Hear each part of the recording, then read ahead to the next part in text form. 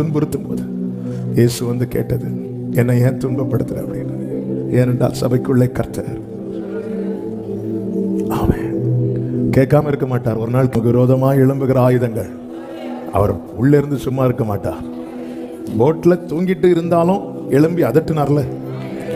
சில நேரத்தில் நமக்குள்ள சும்மா இருக்கிறது போலதான் இருக்கும், ஆனா படகு அக்கறைக்கு போக கர்த்தர் கிரியை செய்வார். கேரண்டி. வாழ்க்கை படகுல இயேசு இருந்தா படகு அமிழாது, அக்கறைக்கு போகும். 100% கேரண்டி. ஆமென் சொல்லி. கிறிஸ்து இயேசுவுக்குள், கிறிஸ்து இயேசுவுக்குள் நம்மை தமது நித்திய மகிமைக்கு அழைத்தவராயிருக்கிற சகல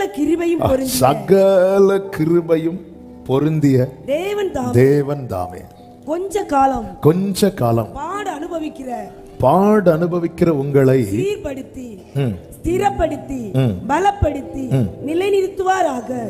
சீர்படுத்தி ஸ்திரப்படுத்தி பலப்படுத்தி நிலை நிறுத்துவாராக.